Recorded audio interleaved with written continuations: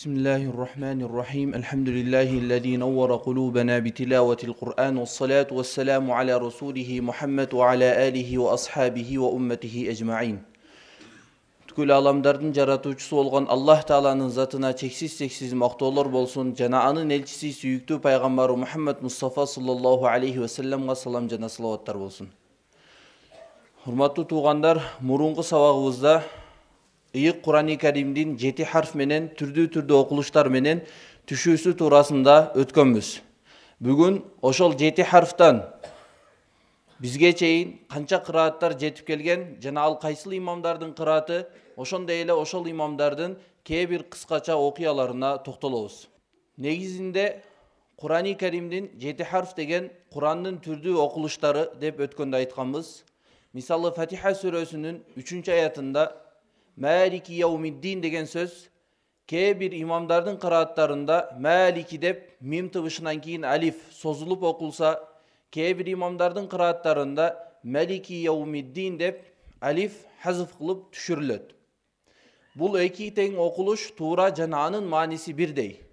Al Kur'an'ın türdü okuluşları menen anın manisi özgörбөйт. Balkim Kur'an'ın türdü kıraatları özara biri-birin dağı da bekemdep, biri-birinin manilerini dağı da açıktap turат.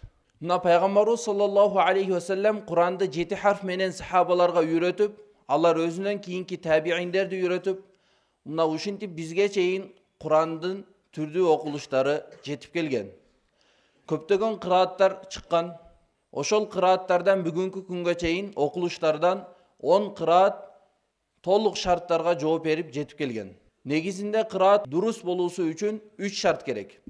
Биринчиси Усман радıyallahu anhu көчүрткөн Kur'an нускаларынын бирөөсүнө ошол кырааттын жазылуусу дал келүүсү керек. Экинчи şartı болсо ал кыраат араб тилинин эрежелерине дал келиш керек. Üçüncü şart мына ушул кыраат Пайгамбарыбыз sallallahu aleyhi ve sellem'den баштап бизге чейин üzgültüksüz mutavatir sanat menen жетip келиш керек.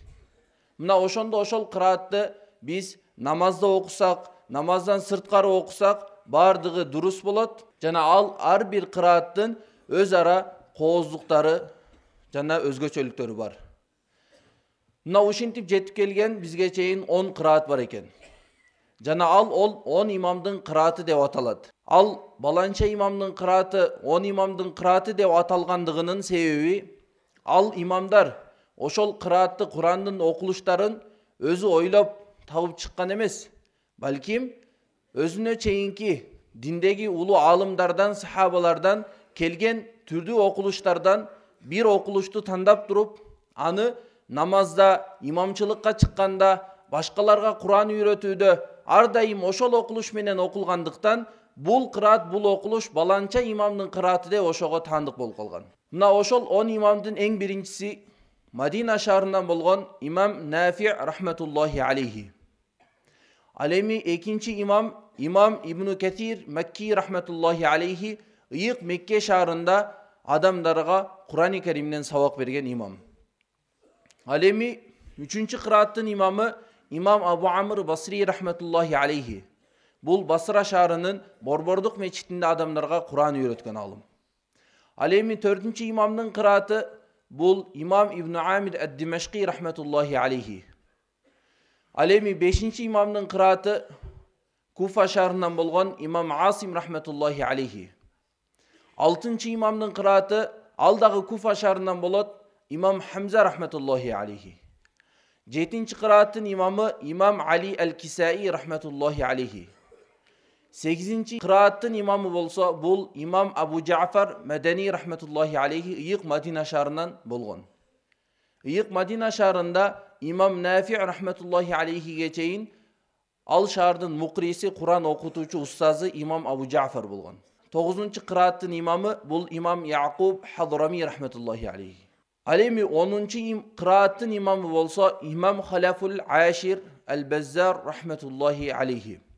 Allah bardıq uşul imamlarımızın kabırların nur menen tolturgan bolsun. Alemi bul imamdardın kebir kıskaça okuyalarına toktula turgan bolsok, жалпысынан караганда бул имамдар Куранга кызмат кылып, башкаларга үйрөтүп, Куранга амал кылгандыктан бардыгына Аллах Таала uzun ömür berген экен Курандын берекетинен. Анткени ушул имамдардын ар биринин жашаган жылдарын карасак эң аз дегенде эле 70 жылдан жашаган. Ал эми эң көбүндө имам Ибн Амир рахметуллахи алейхи 118 жыл жашаган. Калган имамдардын бардыгы 90, 99, 95 ошол тегеректин арасында узун ömür жашап Куранга кызмат кылышкан алымдар болгон. Алардын бирөөсү мисалы имам Нафи рахметуллахи алейхи ал Мадина шаарынан болгон. Качан имам Нафи рахметуллахи алейхи Куран окуган учурда анын оозунан жыпар-жыттуу миск чыгып турат эле. Ошондо адамдар бир күн таң калып сурашты: устаз, сиз ар бир Куран окутуу үчүн олтуруп мажлиске олтурган сайын сиз атыр колдоносузбу деди. Имам Нафи рахметуллахи алейхи айтты: жок, мен ар бир олтурууда колдонбоймун. Балким бир жолу түшүмдө bir түш көрдüm. Пайгамбарыбыз саллаллаху алейхи ва саллям менин оозума Куран окуп жатыптыр дейт. Мына ошол күндөн баштап менин оозумдан ушул жыпар-жыттуу миск чыгып жатат дейт. Жана ошондой эле ошол имамдардын бирөөсү болгон имам Калун рахметуллахи алейхи. Имам Калун рахметуллахи алейхи ал жаш кезинен баштап эле кулагы дүлөй болчу. Ал мындай бир жашоодогу сөздөрдү сүйлөсөңүз укпайт эле. Бирок качан Куран окулганда Аллахтын өкүмүн угат болчу да ал. Куран окулганда Куранды угалат эле жана адамдардын катасын тууралап адамдарга Курандан сабак берет болчу. Бул Аллахтын ага кылган чоң жакшылыгы. Ошондой эле мына ушул имамдардын арасынан болгон имам Абу Амр Басри рахметуллахи алейхи. Бул бир эле кыраат илиминде эмес, нахви илиминде дагы өтө чоң орунду ээлеген алым болгон. Ал айтат: мен өмүрүмдө кайсыл бир нерсени жазсам, аны окусам, аны бир жолу уга турган болсом, болду, ал нерсе эч качан менин жүрөгүмдөн чыкпайт дейт. Ошондуктан анын шунчалык илимге берилгендиктен үйүнүн көпчүлүк бөлүгү жада калса жерден баштап потолокко чейин китептер менен толтурулган болчу имам Абу Амр рахметуллахи алейхи. Кандай мүмкүнчүлүк болсо китеп сатып алат эле, китеп. Анткени илимге өтө кызыктар алым болгон. Ошондуктан ал каза болгондо Юнус бин Хабиб рахметуллахи алейхи анын балдарына келип айтат: бүгүн дүйнөдөн ушундай бир алым каза болду дейт.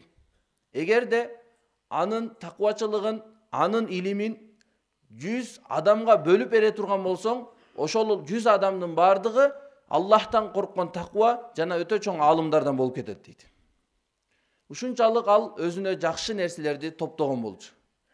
Жана мурунку заманда тарыхта эң жаш кезинде кары болгон, 3 жашында кары болгон Суфиян бин Уяйна рахметуллахи алейхи айтат: бир жолу түшүмдө пайгамбарыбыз саллаллаху алейхи ва салламды көрдүм. Ага кайрылып: эй Аллахтын элчиси саллаллаху алейхи ва саллям, бул замана келип өтө түрдүү кырааттар, Курандын окулуштары болуп жатат.